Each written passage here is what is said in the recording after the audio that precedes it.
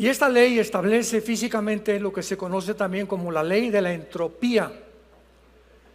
Y significa que todos los organismos están sujetos a la muerte, absolutamente sin ninguna excepción. Y además que todo lo que rodea en el universo está destinado a echarse a perder, a descomponerse, al deterioro. Inclusive el Sol pierde millones de toneladas de masa cada segundo. Y lo mismo sucede también con todos los organismos vivos, y la Biblia tiene otro nombre para esta ley física de la entropía que se adelantó 2000 años antes cuando la fueran a descubrir. Dice el libro de Romanos capítulo 8, versículo 21 en adelante: porque también la creación misma será libertada de la esclavitud de corrupción. De la esclavitud de corrupción a la libertad gloriosa de los hijos de Dios. Porque sabemos que toda la creación gime a una y aún está con dolores de parto hasta ahora. Y no solo ella, sino que también nosotros mismos, que tenemos las primicias del Espíritu, gemimos, lloramos dentro de nosotros, buscando y esperando la resurrección o la redención de nuestro cuerpo. Sin embargo, la Biblia nos revela que hace 2000 años un hombre fue crucificado entre el cielo y la tierra, y este hombre, después de su crucifixión, fue evidentemente muerto, enterrado y resucitado a los 3 días. Y estas son precisamente las buenas noticias que queremos compartirles con todos ustedes, porque Dios nos promete volver a vivir después de esta vida. Jesucristo a los 3 días se abrió la tumba y salió con un cuerpo exactamente con el que Él tenía antes, pero glorificado. En otras palabras, con un cuerpo humano. Y Cristo continúa con este cuerpo humano, identificándose con todos nosotros. Y a través de esta promesa Dios nos dice: porque de tal manera amó Dios al mundo, que dio a su Hijo unigénito, para que cualquiera de ustedes que en Él crea no se pierda, mas tenga la vida eterna. Jesús dijo: cualquiera que crea en mí ha pasado de la muerte a la vida y no vendrá a la condenación. Sin embargo, a través del tiempo y de la historia, pues han habido teorías, especulaciones acerca de qué es la muerte, ya sea que queramos ignorarlos o también queramos prepararnos para ella. Es una verdad que nadie puede evitar. La Biblia dice que tú y yo tenemos que morir. Hebreos 9:27: está establecido que los hombres mueran una vez, y después de la muerte no hay purgatorio, no hay limbo, no hay reencarnación, no hay ninguna segunda oportunidad. El momento que tú mueres es el cielo o el infierno. Veamos algunas evidencias que demuestran claramente que pues el mundo se equivocó cuando trató de penetrar el misterio de la muerte. Tenemos en primer lugar la canalización. La canalización. Algunas personas afirman que tienen conversaciones con los muertos. Por ejemplo, había un grande hombre, obispo, ocultista, llamado Apaik. Y en su libro El otro lado describe claramente que él hizo contacto con su hijo que se había suicidado a través de médiums espiritistas. ¿Cómo deben interpretarse estos relatos?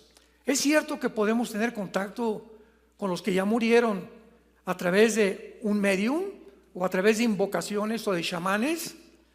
Como teólogo liberal que era el obispo Baik, no se percató que la Biblia enseña que existen espíritus demoníacos.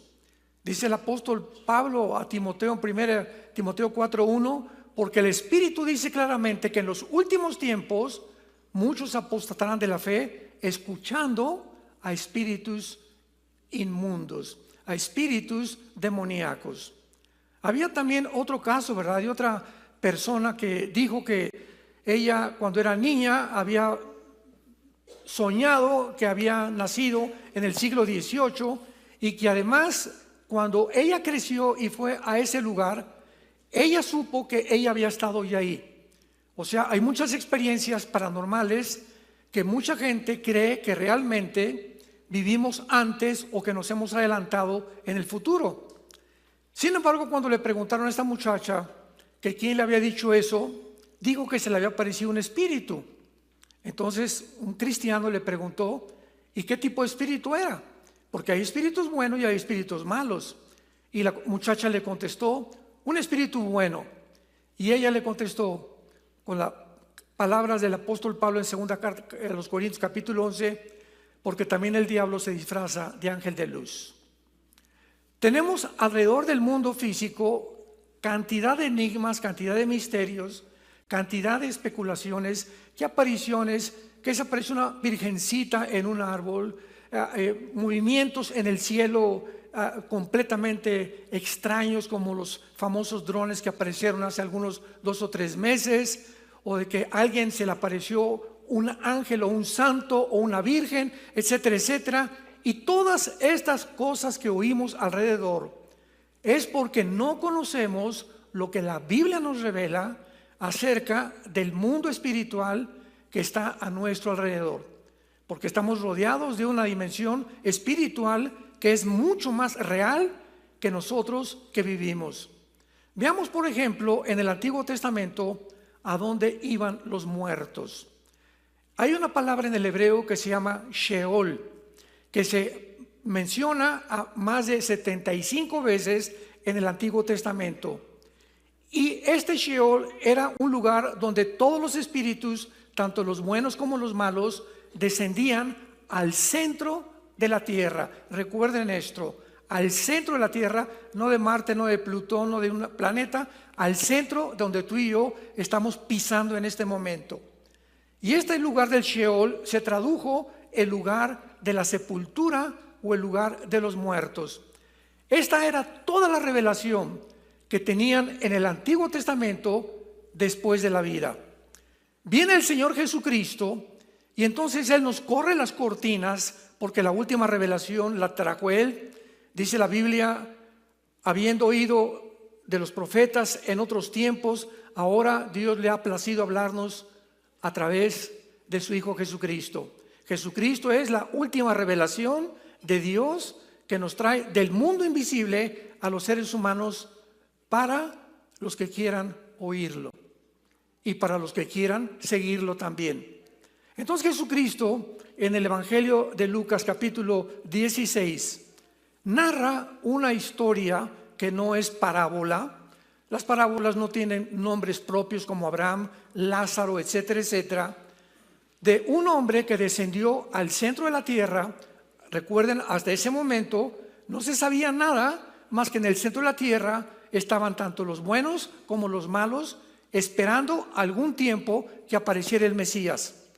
Entonces Jesucristo narra esta historia de un rico y de un pobre mendigo, y se nos muestra claramente que descienden los dos al centro de la tierra, pero al llegar al centro de la tierra, la palabra Sheol, cuando vino la transliteración del hebreo al griego de la Biblia, que se llama la Septuaginta, la palabra Sheol en el griego se tradujo como Hades, con H, Hades, que es la palabra del Antiguo Testamento. Y dice el versículo 23, y en el Hades alzó sus ojos, estando en tormentos, y vio de lejos a Abraham y a Lázaro en su seno. Lo primero que Cristo nos revela es que ese lugar en el centro de la tierra estaba dividido. De un lado estaban los espíritus que estaban esperando la condenación eterna. No habían sido lanzados al infierno todavía. Y del lado derecho estaban lo que se llaman el paraíso o el seno de Abraham. Pero los que estaban del lado izquierdo podían ver a los que estaban del lado derecho, en el lado del paraíso, pero no podían pasar al otro lado. No había escaleras ni ningún otro medio para poder pasarse al paraíso, desde luego, porque estaban condenados. Y lo primero que se nos revela es que los que estaban en el lado del paraíso, del Hades, o lo que se llama el infierno, Gena en el griego, dice la Biblia, estaban en tormentos. O sea, el infierno es un lugar real. La gente se puede burlar, puede decir lo que quiera, puedes ahorita mascar chicle y decirte pues estas cosas son tonterías. Jesucristo es la revelación de Dios. Y lo que Él dijo es absolutamente cierto. Estaba en tormentos. Y entonces los que estaban del lado izquierdo gritaron, o esta persona en particular: ten misericordia de mí y envía a Lázaro para que moje la punta de su dedo en agua.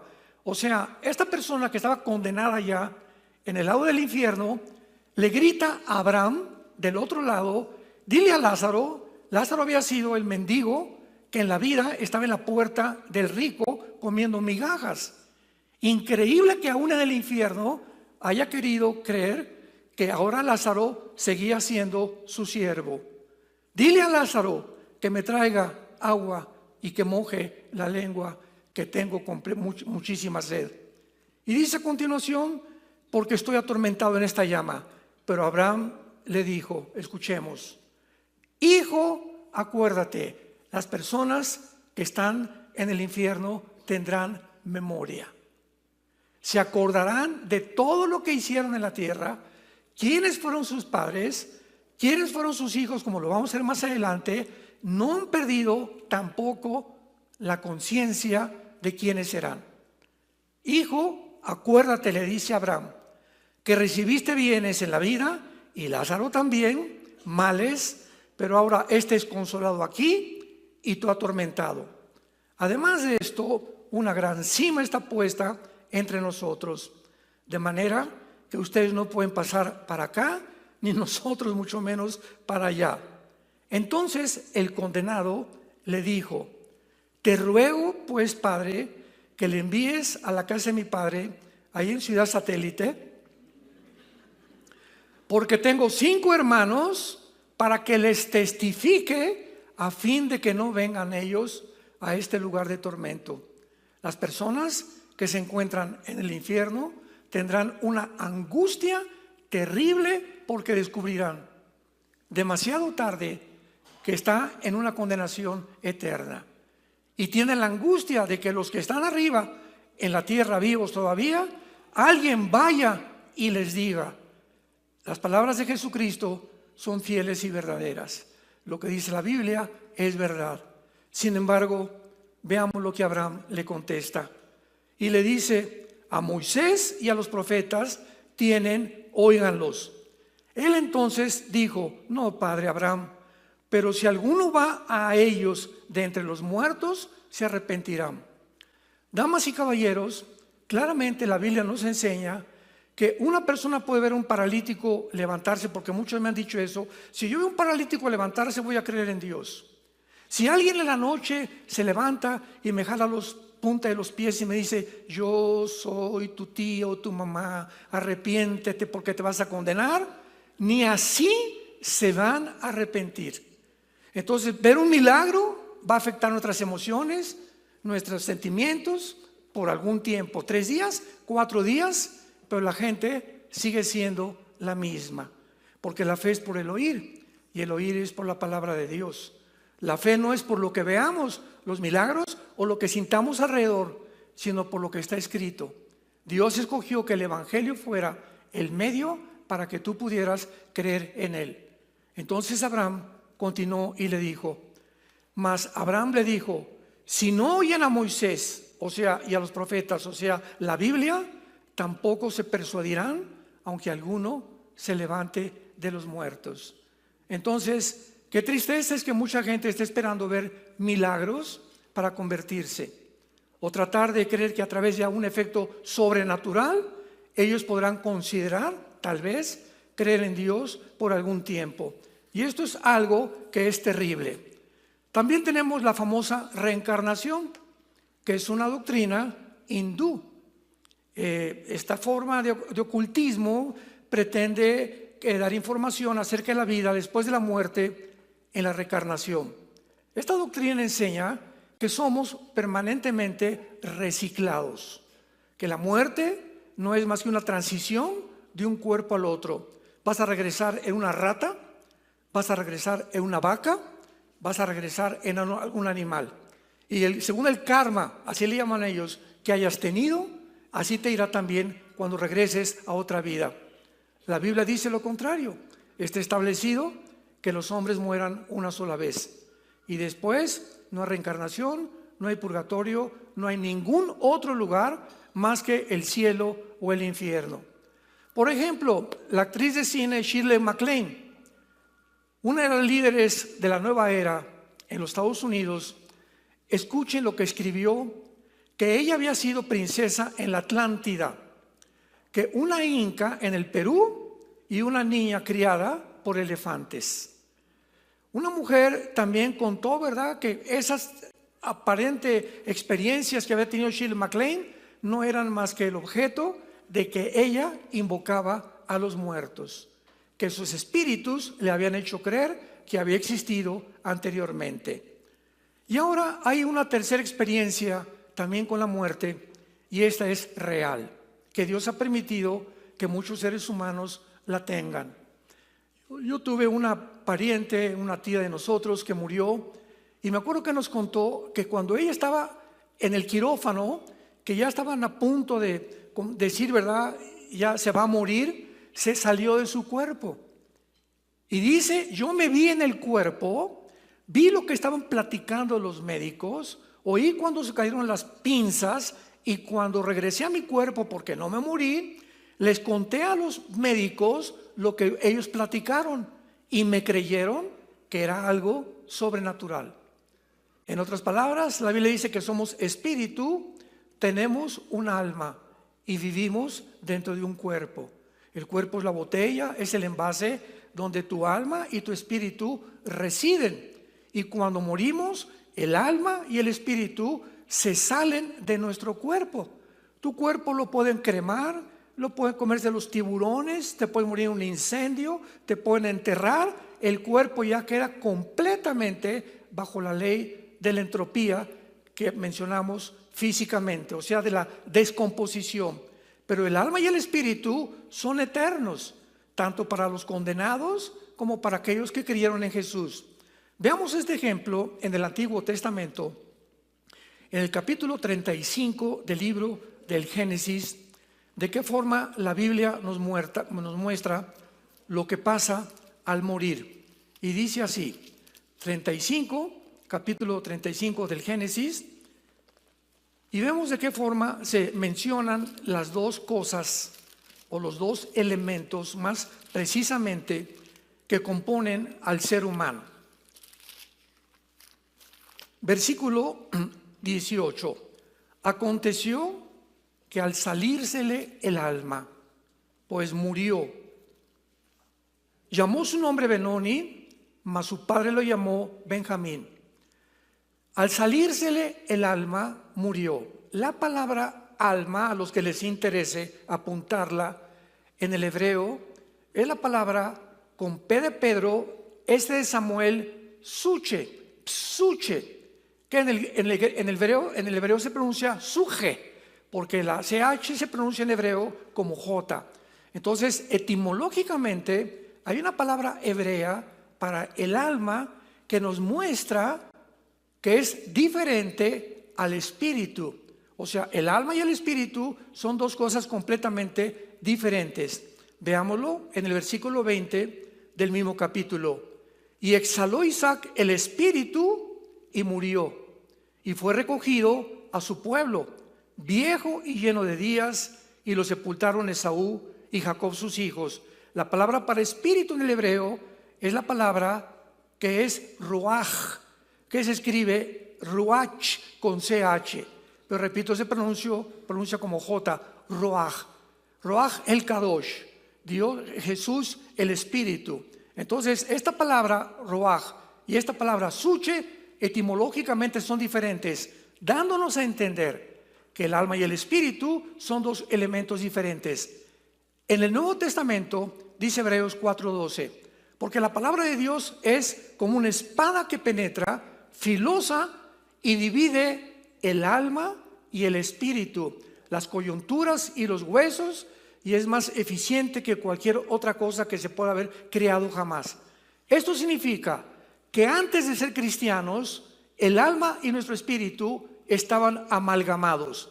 Entonces, una persona que no tiene a Cristo no puede discernir el mundo espiritual, porque su alma y su espíritu están así, amalgamados. Cuando oyes la palabra de Dios separa el alma del espíritu. Y ahora Dios, que es espíritu, se comunica a nuestro espíritu, no al alma. Y una vez que recibimos la comunicación en el espíritu mediante la Biblia, le pasamos la comunicación a la mente y la mente al cuerpo. Esta es la sucesión cronológica de cómo funciona el mundo espiritual. Por eso, si tú lees la Biblia diaria, estás alimentando tu espíritu. Tu mente está siendo renovada. Estamos envirulados desde que nacimos. Los programas que recibimos, por ejemplo, yo en mi caso era ateo, pertenecía al Partido Comunista Mexicano, y mi sueño era irme a Cuba y armar una revolución social en México, ¿verdad? Hace como 40 años, pero era mi sueño, era muy idealista. Entonces, cuando vengo a Cristo, traía yo un programa envirulado, ¿verdad? De una ideología que es maléfica, que nunca ha funcionado. Se demostró en el siglo XX. Entonces, ¿qué es lo que ha pasado? Desde ese momento, el misionero que me llevó a Cristo me dijo: Armando, tienes que renovar tu manera de pensar ahora a través de la Biblia. Entonces comencé a leer la Biblia, a memorizar la Biblia, leerla todos los días, y mientras más entra la luz, el programa anterior sale de tu mente y comienzas a funcionar como una persona normal. ¿Qué te estoy diciendo? Si tu mente no está renovada, no eres una persona normal. Y esta es la razón por qué el ser humano está bajo la psicopatía, bajo la neurosis, bajo el estrés, bajo el suicidio. Ahora ya llegaron al grado de decir: este hombre no es hombre, es mujer. La mujer no es mujer, es hombre.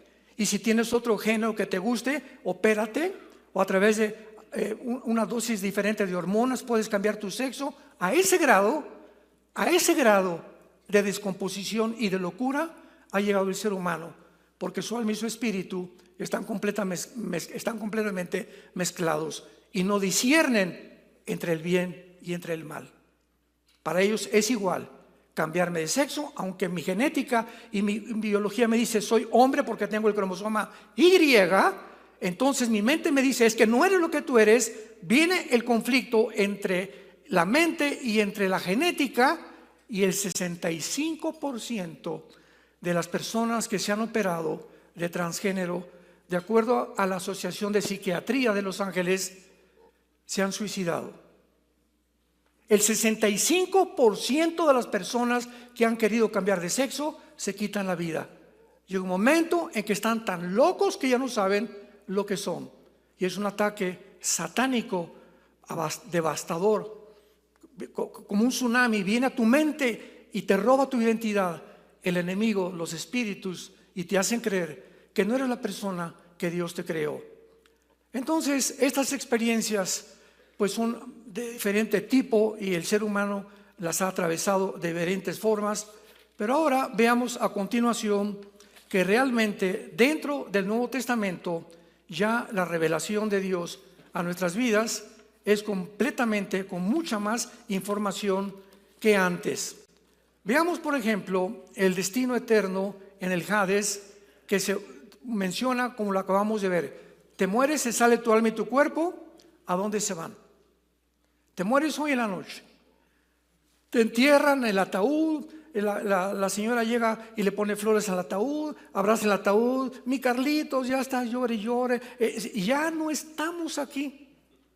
Ya no estamos aquí. Les voy a contar rápidamente una anécdota, un chiste muy mexicano. Porque en México se celebra el Día de los Muertos. Entonces, el Día de los Muertos hay una costumbre de llevarle o comida o flores a los difuntos.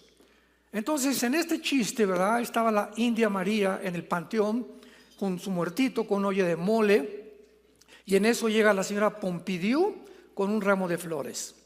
Y le dice la señora, muy elegantemente vestida: India bruta, ¿cuándo crees que se va a levantar tu muerto por el mole?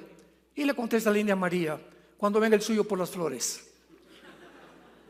Tanto los indígenas como los más cultos, se podría decir, el paganismo cubre completamente a las sociedades. Es increíble que creamos, ¿verdad? Cuando eres cristiano, nunca, nunca, nunca regresas a un panteón. Ni a llevar flores, ni a hincarte a hablarle a tu muertito, porque sabes que no está ahí. Le estás hablando a las lagartijas y a las cucarachas que están alrededor. Pero tu difunto, tu persona que tú vienes a creer que te estoy viendo, ya no están ahí. Entonces es una costumbre porque ignoramos la Biblia, porque no tenemos la revelación de Dios. Entonces, qué importante es que cuando nosotros vemos estas cosas, nuestra vida es completamente cambiada. Otro invento, otra doctrina es el purgatorio. El infierno no es el purgatorio, porque ya hemos aprendido que los espíritus que entran al infierno actualmente no tienen jamás la posibilidad de salir de ahí. La doctrina del purgatorio enseña que cuando una persona se muere, su alma es purificada mediante los sufrimientos del purgatorio. Y después de algún tiempo y de acuerdo a las misas gregorianas que se ofrezcan, el difunto subirá al cielo. O sea, si hay algo que se le ofrece aquí en la tierra a doña Panchita que se murió y que está en el purgatorio porque no fue lo suficientemente santa como para irse al cielo, vamos a ofrecerle misas gregorianas para sacarle del purgatorio. El purgatorio no existe en las Sagradas Escrituras. Fue un invento en el tiempo medieval. La Biblia nos enseña completamente lo contrario, porque cuando la justicia de Cristo nos es imputada mediante la fe en su sangre, podemos estar capacitados para entrar en el cielo y no por los méritos ni las buenas obras que tú y yo jamás hayamos hecho. Veamos esto en la segunda carta a los Corintios, capítulo 5, de qué manera tan impresionante el apóstol Pablo nos relata la muerte. Segunda Corintios, capítulo 5 dice así: porque sabemos que si nuestra morada, fíjense cómo se le llama al cuerpo, morada terrestre, temporal, este tabernáculo se deshiciere, tenemos de Dios un edificio, una casa, o sea, otro cuerpo no hecho de manos, eterna en los cielos. Y por eso también gemimos, deseando ser revestidos de aquella nuestra habitación celestial, pues así seremos hallados vestidos y no desnudos. Porque asimismo los que estamos en este tabernáculo, o sea, el cuerpo, gemimos con angustia, porque no quisiéramos ser desnudados, o sea, no quisiéramos morir, sino que inmediatamente fuéramos resucitados para que lo mortal sea absorbido por la vida. Mas el que nos hizo, Dios nos hizo y nos dio las garras del Espíritu. Pero confiamos en Dios, que más quisiéramos estar ausentes del cuerpo, pero presentes en el Señor. Pablo sabía, en el momento que yo muera, estoy en la presencia de Dios. No voy a ningún lugar intermedio, no hay limbo para los niños, no hay purgatorio, es directamente a la presencia de Dios. Ahora, si tú mueres hoy en la noche, tu alma, tu espíritu se van directamente al cielo. Los ángeles nos vienen a recoger en el momento en que cerramos los ojos y se dictamina la muerte total. Y en ese momento, cuando llegamos al cielo, vamos a estar en el cielo esperando a los que se van a convertir esto es Apocalipsis, en el mundo, para que cuando ellos resuciten, nosotros descendamos con Cristo en el aire, nos juntemos con doña Panchita, con mi papá, con mi hermano, con mi hijo que se murieron en su cuerpo resucitado instantáneamente, se juntarán con el alma y con el espíritu, y entonces así ya estaremos para siempre con Él en su presencia. Si tú mueres y no tienes a Cristo, inmediatamente los que vienen por ti son los demonios y te vas a dar el susto de tu vida. Otras personas dicen, bueno, cuando vaya en la ambulancia ya te llevan al hospital, ahí me voy a arrepentir. Qué cosa más absurda creer que te puedes burlar de Dios. La Biblia dice, cuando oigas su voz, arrepiéntete. Cuando Dios te está hablando, es el momento en el que tú tienes que arreglar tus cuentas con tu Creador. No somos dioses, como dice Klaus Schwab, el presidente del Foro Económico Mundial. Somos dioses. ¿Y cómo venimos de la evolución? Pues tenemos la tecnología, y la genética en el siglo XXI para poder evolucionarnos a una mejor criatura. Y su secretario, un judío llamado Noah Harari, le dice a Klaus Schwab, director del Foro Económico Mundial, pues sabes una cosa, vamos a crear una superraza. Los mismos demonios que tenía el nazismo de crear una superraza aria no han muerto. El ser humano sigue creyendo que podemos nosotros mejorar nuestro estado sin Dios, porque somos dioses y tenemos tecnología para poder realizarlo. Veamos ahora y contestemos otra pregunta tan importante. ¿Realmente al morir tenemos conciencia? Porque pues hay muchas teorías que si te mueres el cuerpo está dormido. Porque Jesús dijo en Juan 11, Lázaro duerme, no está muerto. Entonces usó la palabra dormir, pero esto lo hizo Jesús con la siguiente razón. Cuando tú y yo hoy en la noche vamos a la cama y dormimos, nuestro estado consciente se bloquea y entramos en un estado inconsciente donde el subconsciente puede transmitir memorias o sueños o relatos o historias al consciente, y es lo que se llama soñar. Pero estamos conscientemente ausentes de nuestra conciencia. Pero si alguien viene y te echa un vaso de agua fría, ¿qué haces? Despiertas a la conciencia, ¿correcto? ¿Me van siguiendo? Entonces de la conciencia, que parecía que estaba muerta, despiertas, pero no estabas muerta, lo tenías simplemente dormido, pero seguías vivo, porque tu espíritu jamás puede dejar de actividades. Entonces así pasa en la muerte. En la muerte el cuerpo queda completamente en la tumba, pero la conciencia la tenemos vigente hasta el día que Jesús venga por nosotros. Veamos algunas evidencias, por ejemplo, en Génesis 25, de las personas que murieron bajo el Antiguo Testamento, principalmente los patriarcas. Dice Génesis 25, versículo 8, estas palabras. Cuando nosotros vemos la Biblia y encontramos estas evidencias, no nos queda duda acerca de todo lo que Dios quiere que nosotros sepamos acerca de la otra vida. Dice Génesis 25, 8, y exhaló el espíritu y murió Abraham en buena vejez. Escuchen esto, anciano y lleno de días, y fue unido a su pueblo. O sea, cuando murió Abraham, ya había personas antes que él que habían muerto, y cuando muere lo llevaron a un lugar donde se encontraban ya los que habían muerto como él y que estaban esperando al Mesías. Versículo 17 del mismo capítulo. Estos fueron los años de la vida de Ismael, que fue un hijo de Abraham, 137 años, y exhaló el espíritu y murió y fue unido a su pueblo. Esta es la forma como el Antiguo Testamento nos describe a dónde van aquellos que murieron antes de la cruz. Veamos también, por ejemplo, el gran Job, que fue un libro casi o tal vez más antiguo que el libro del Génesis. En el capítulo 19, lo que Job menciona acerca de la muerte. Dice Job, yo sé que mi Redentor vive y al fin se levantará del polvo. Y después de deshecha esta mi piel, o sea, después de que la ley de la entropía nos convierte en gusanos, porque es lo que acaba el cuerpo, en mi carne he de ver a Dios. Él sabía que habría un cuerpo resucitado donde él podría continuar viviendo y conociendo más acerca de Dios. Tenemos otro ejemplo en la transfiguración de Jesús. Otra evidencia de cuerpos después de la muerte es cuando Jesús se lleva a Pedro, a Juan y a Santiago a un monte a orar.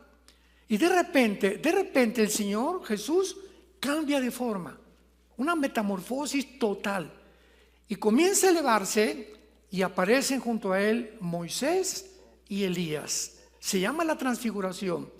Y Moisés ya había muerto, pero aparece con Jesús con un cuerpo como el que tenía, pero ya no sujeto a la ley de la entropía ni a las leyes cósmicas que rigen actualmente nuestros cuerpos. Y Elías, que había sido arrebatado vivo al cielo. Los dos estaban vestidos y platicando con Jesús acerca de la próxima venida de Jesucristo. Y Pedro, Juan y Santiago, cuando los ven, sabían que eran Moisés y Elías.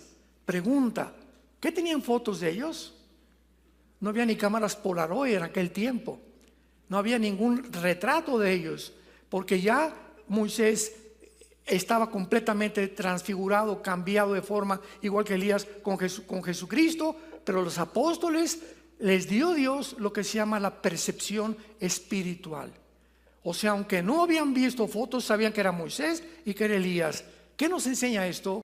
Que cuando lleguemos al cielo, tú vas a ver y vas a saber: ese es Adán, ese es Pablo, aunque nunca los hayamos conocido. O sea, por la percepción espiritual, vas a ver a tu abuelita: hola, mi Conchita, véngase para acá, y la vas a avisar. Pero no va a estar viejita, va a estar con cuerpo de joven. Así que la familia va a ser completamente transformada en el cielo a comparación de nosotros. Entonces, esto es otro de los ejemplos tremendos. Ahora vayamos a la primera carta a los Corintios en el Nuevo Testamento y veamos las leyes de la resurrección. Mucha gente le comenzó a preguntar a Pablo: oye, Pablo, ¿y los muertos cómo resucitan? No tenían la información que tú y yo tenemos, porque la Biblia ya está completa. Y dice Pablo en el versículo 35, escuchen la forma tan sencilla, usando ejemplos de la naturaleza que usó Jesús, ilustrándonos los misterios del reino de los cielos. Pero dirá alguno: ¿cómo resucitarán los muertos? ¿Con qué cuerpo vendrán? ¿Me parecería Rambo? ¿Me parecería Madonna? Si muero de 80 años, ¿qué cuerpo voy a tener? Un niño de 10 años, ¿qué cuerpo va a tener? Son preguntas válidas. Muy bien. Entonces Pablo les contesta: lo que tú siembras, usa la ley de la siembra de los agricultores. Yo tengo una semilla y la siembro, y es de uvas o de sandía o de melones, y esa semillita, al sembrarla, tiene un cuerpo. Pero cuando se siembra y cae en la tierra, el cuerpo de la semillita, bajo la luz del sol, bajo el oxígeno y bajo la tierra, se rompe y adquiere otro cuerpo, y cuando sale, ya no sale con el cuerpo con el que fue sembrada. ¿Me van siguiendo? Dice el apóstol Pablo: y lo que siembras no es el cuerpo que ha de salir, sino el grano desnudo, ya de trigo o de grano. Ahora bien, pero Dios le da el cuerpo que Él quiso, y a cada semilla su propio cuerpo. Las semillas de naranja, dice Dios, van a tener los minerales, las vitaminas diferentes a las de la uva, a las del melón, y cada semilla que tú siembras tiene un código genético, un ADN. El perro siempre será perro, el gato siempre será gato, el hipopótamo siempre, la jirafa siempre jirafa. No se puede mezclar el ADN y la composición genética que Dios determinó, ni la semilla con el melón, ni con las demás cosas, porque si tú lo haces, el resultado es híbrido. Si tú cruzas a un caballo con una burra, ¿qué sale? Una mula, y la mula nace híbrida. Ya no se puede mezclar con nada. Y esta es la razón por la cual los científicos ateos actualmente están tratando de hacer experimentos con los seres humanos, con la clonación, y mezclar el ADN de una araña para que se mezcle con el ADN de un humano, y el humano pueda ser el hombre araña. O el ADN de un murciélago para que el ser humano tenga la capacidad del radar que tienen los murciélagos. O sea, queremos crear una super raza.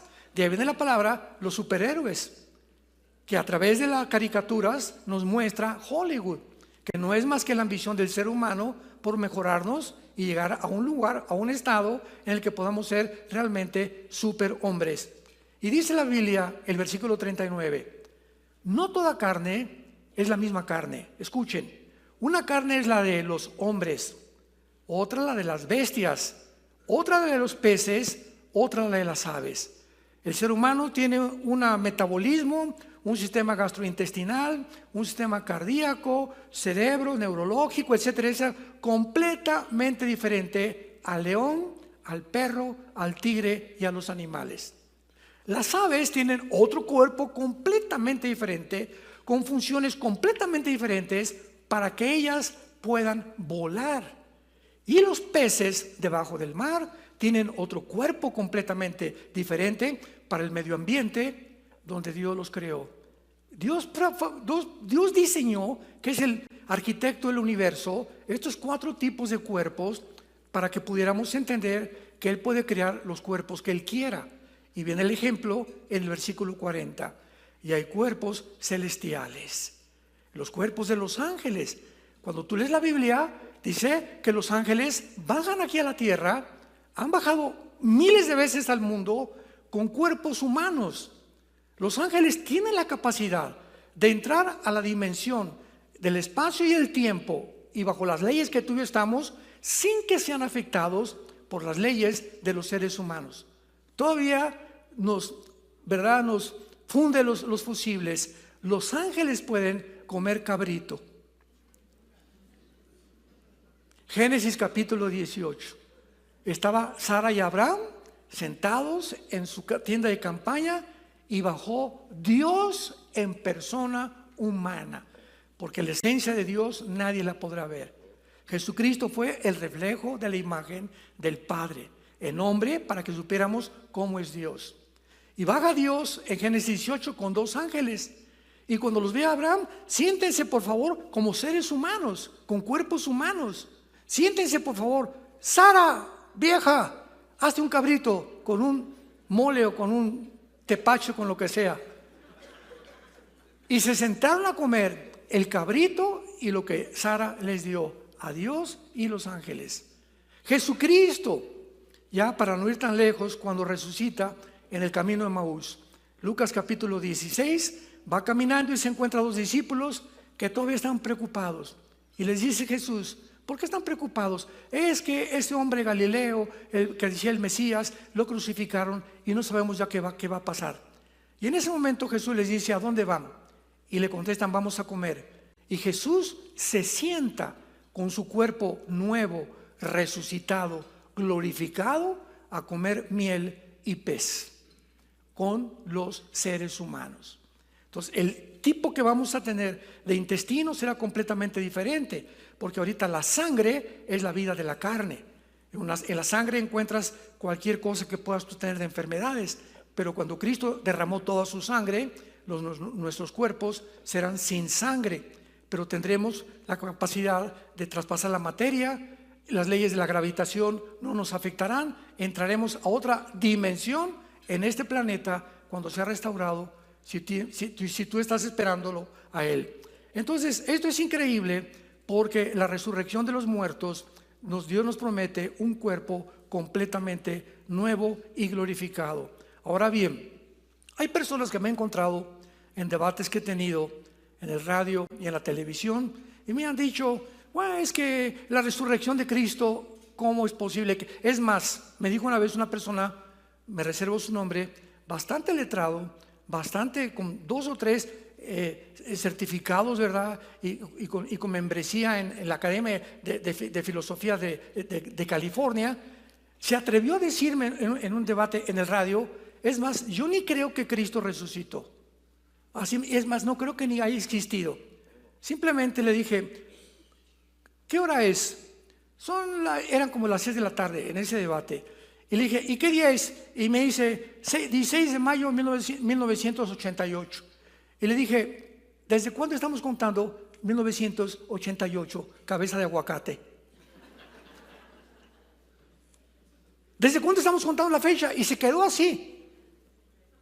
Es tan impactante la vida de Jesucristo que la historia fue dividida antes y después de Cristo. No después de Buda, ni Zoroastro, después de Zoroastro, ni Mahatma Gandhi, ni de Mahoma. Es antes y después de Cristo, la historia es contada.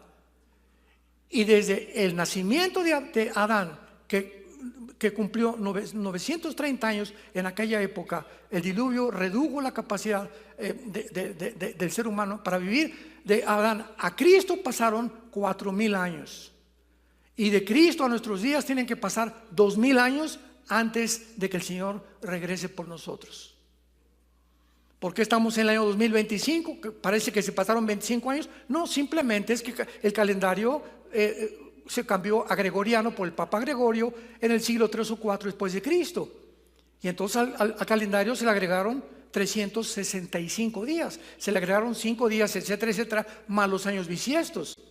Y cuando Cristo dice que murió de 33 años, o de 33 a nuestros días contamos la historia, nos equivocamos por 33 años, porque es desde que muere Cristo a nuestros días los 2000 años. O sea que tendríamos que restarle al 2025 aproximadamente 33 años para saber más o menos en qué año realmente estamos en la Biblia. Pero el Señor ya está tocando las puertas y ya viene por nosotros. Y las evidencias y las señales son completamente abundantes por todos lados. En primer lugar, la tumba vacía. El registro del entierro de Cristo, señores apologistas que nos acompañan, historiadores, antropólogos, paleontólogos y que les interesa la historia. Cuando Cristo lo enterraron, estos escritos formaron parte de los Josefo y Plinio, apúntalo, historiadores no cristianos. Josefo y Plinio, al servicio de Roma, que describen la resurrección de Jesucristo. Los historiadores no tenían ninguna razón para dudar de la existencia de las personas en el escenario de su entierro. Entre estas personas se encontraba José de Arimatea, un miembro del Sanedrín, el miembro más importante del concilio de los judíos, que fue el que dio el dinero para que enterraran a Jesucristo.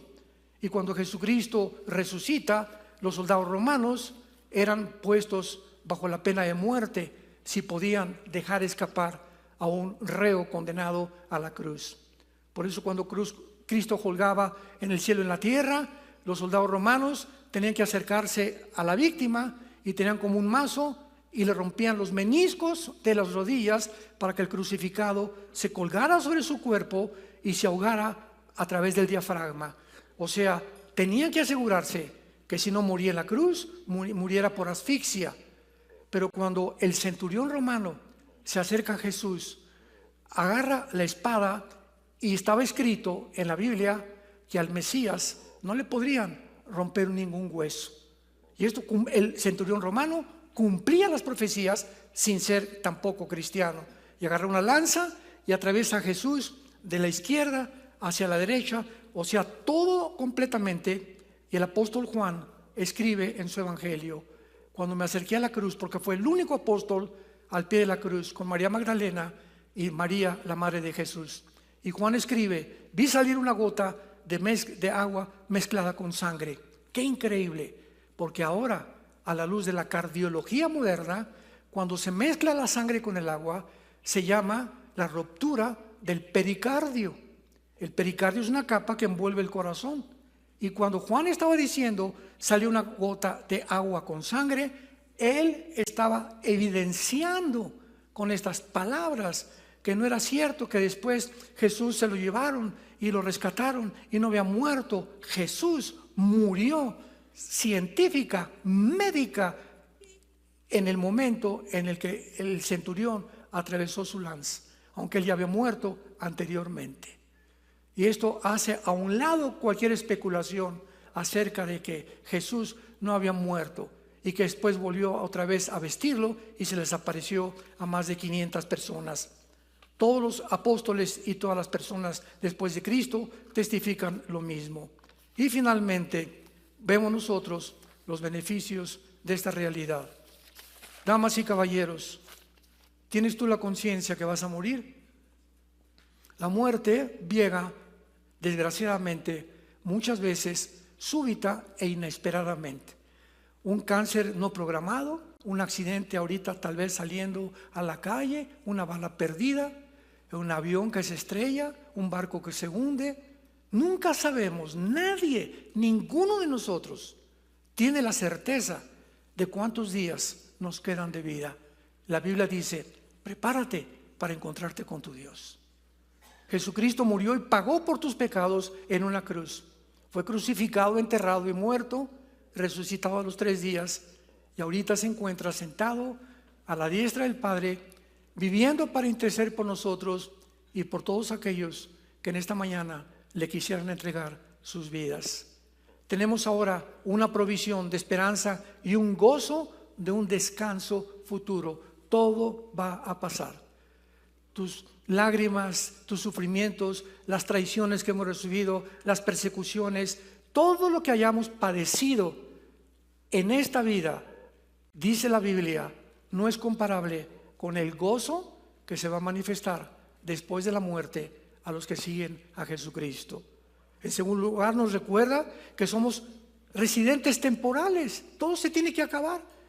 Toda la gente amontona y amontona y amontona y amontona dinero, y después se lo dejas a tus hijos, y muchos hijos están diciendo a ver cuándo se muere el viejo o el padre, como los alacranes, para repartirnos la herencia. Y si tú te mueres y les dejas a tu casa 5 condominios a tus hijos y no les dejas a Jesucristo, los has dejado para que se echen a perder igual que tú. Pero si tú mueres sin nada y tus hijos recibieron a Cristo, tienes la garantía que tus hijos los vuelves a ver y ellos a ti en el cielo. Y por último lugar, nos provee una motivación para vivir vidas santas. El santo no es aquel que hizo milagros y lo tienen que canonizar. Si tú lees todo el Antiguo Testamento, a los santos de Éfeso, a los santos de Galacia, a los santos de Filipos, la Biblia nos llama ya santos en vida, porque la palabra santo no significa bueno, viene la palabra agios, que significa apartado para el servicio de Dios. Cuando tú recibes a Cristo, Dios ya te apartó para que la corta vida que tienes la dediquemos a Él. Si no es enteramente y 100%, para que ahora Él sea el centro de tu vida, de tu familia, de tu matrimonio, de tu trabajo y de tu destino. Sean santos porque yo soy santo, dice el Señor, y sin santidad nadie verá a Dios. Quisieras venir en esta mañana a la cruz. No te invito a ninguna religión, te invito a una cruz de un hombre llamado Jesucristo. Quiere tener una relación contigo viva, dinámica, orgánica, porque Él vive por los siglos de los siglos, para que al salir de este lugar tenga la esperanza que vamos todos a volver a vivir. Oremos. Bendito sea el Dios y Padre de Jesucristo nuestro Señor, que nos ha hecho renacer para una esperanza viva, porque Él vive, por medio de la resurrección de Jesucristo entre los muertos, para una herencia inimaginable, maravillosa, reservada para nosotros en los cielos, que mientras estamos en este mundo somos guardados por el poder de Dios mediante la fe. Nuestra fe tiene que ser probada como se prueba el oro y la plata, para que una vez refinada podamos gozarnos para la alabanza de la gloria de Jesús, a quien amamos sin conocerlo, sin saber cómo es, pero que a través de la Biblia nos gozamos con gozo inefable de saber que Él vive en nuestro corazón, que ya no estamos solos y que sus palabras son estas: nunca te dejaré, ni tampoco te dejaré solo, porque seré tu pastor todos los días de tu vida, y aún después de esta vida continuaré pastoreándote, mostrándote la salvación, el camino de la verdad, de la justicia y de la paz. ¿Qué tengo que hacer? Me preguntarás en este momento para tener la seguridad que cuando yo muera vendrán los ángeles por mí y tener completamente la garantía que he sido salvado, salvada por la gracia de Dios. Número 1, la Biblia dice: arrepiéntete de tus pecados. Arrepentirse significa reconoce que estás en un camino equivocado, que nadie tiene las fuerzas de cambiar de vida, de dejar drogas, de dejar homosexualismo, de dejar de robar. Nadie tiene las fuerzas. Las prisiones no cambian tampoco a nadie. Solo la gracia de Dios en Jesucristo entrando a tu vida te dará el poder de dejar las cosas que antes amabas para que ahora seas santo en toda tu manera de vivir. Arrepiéntete de tu vida. En segundo lugar, cree, nada más cree, que Él en esa cruz, con su sangre, pagó el precio que teníamos que pagar nosotros en el infierno por nuestros pecados. Porque la paga de la muerte es el infierno, es el pecado, pero la gloria de Dios es Jesucristo. Porque somos justificados gratuitamente por la fe que es en Cristo Jesús. Y finalmente, solo dile estas palabras: Señor mío y Dios mío, perdóname. He pecado contra ti. No soy digno de que entres a mi vida, pero creo que en esa cruz me has reconciliado mediante el sacrificio y la sangre derramada como el antídoto para mis pecados. Porque creo que vives, Jesús, te pido en este instante que entres a mi vida. Te recibo como mi Señor y mi Salvador. Recibo la bendición de que al morir, moriré en paz. Porque desde este momento sé que ahora te pertenezco, que nunca me dejarás, nunca me abandonarás y estarás conmigo durante todos los días de mi vida. En el precioso nombre de Jesús. Amén.